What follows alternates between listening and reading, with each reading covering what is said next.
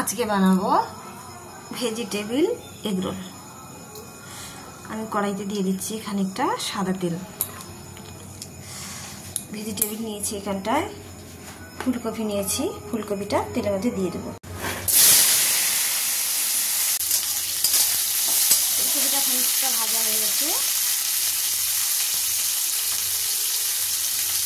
এর মধ্যে দেবো কিছুটা ক্যাপসিকাম আর টমেটো।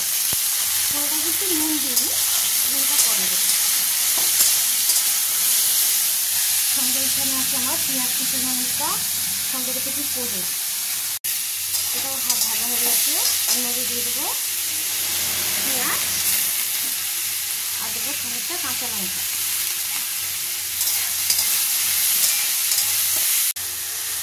এবার এর মধ্যে পরিমাণ মতো নুন দেবো। নুনটা আগে দিলে কি আগে সবজি গলে যাবে, তাই জন্য দিই।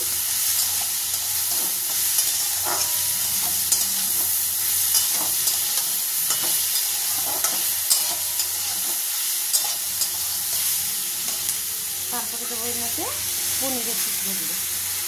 যেহেতু পনির রোল বানাবো তাই জন্য পনির দিয়ে দেবো। এবার এগুলোকে পনির দিয়ে আর 10 মিনিট নাড়িয়ে দেবো। জলটাও পনির থেকে জলটা ছাড়ে, সেই জলটা শুকিয়ে যাবে, এটা নামিয়ে নেবে। আর জলগুলো শুকিয়ে গেছে, এর মধ্যে দিয়ে দেবো সামান্য একটু মিষ্টি। মিষ্টি না দিলে ভালো লাগবে না, স্বাস্থ্যকে লাগবে খেতে। যেহেতু আটা দিয়ে রোলটা বানাবো, আটাটা মেখে নেবো। যেরকম করে রুটি বানাই এই নুন দিয়ে শুধু ওইরকমই আটাটা মেখে নেবো। শুধু নুন দিয়ে আটাটা মেখে নেবো, এই জন্য এর মধ্যে একটু মিষ্টি দেবো।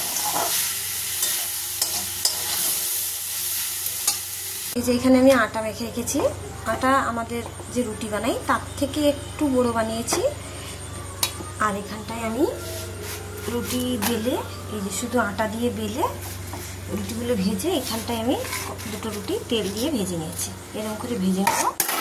আর এখানটায় আছে আমাদের এই যে পনির সবজি করে রেখেছি। এবার এগুলো এর মধ্যে দেবো, একটু একটু করে রুটির মধ্যে দিয়ে দেবো। এই নিরামিষ হলে খেতে খুব সমস্যা। নিরামিষে কী খাওয়াবে শুধু তাই চিন্তা করতে হবে। তাই জন্য নিরামিষে আর কী খাবো, রাতেবেলা পনিরের রোল বানিয়ে নিচ্ছি। সবজি দিয়ে ভালো লাগবে খেতে। এবার এর উপরে দিয়ে দেবো একটু করে টমেটো সস। কেউ খেতে চাইলে দিতে পারো, নাহলে দেওয়া দরকার নেই। পেঁয়াজ কুচি দেবো না, আর দেবো সামান্য একটু করে শসা কুচি। দেবো একটু লেবুর রস, আর যেহেতু লেবু দিচ্ছি তাই এক ছিটে নুন দেব। আগে তো কাগজ দিয়েই দিয়েছি।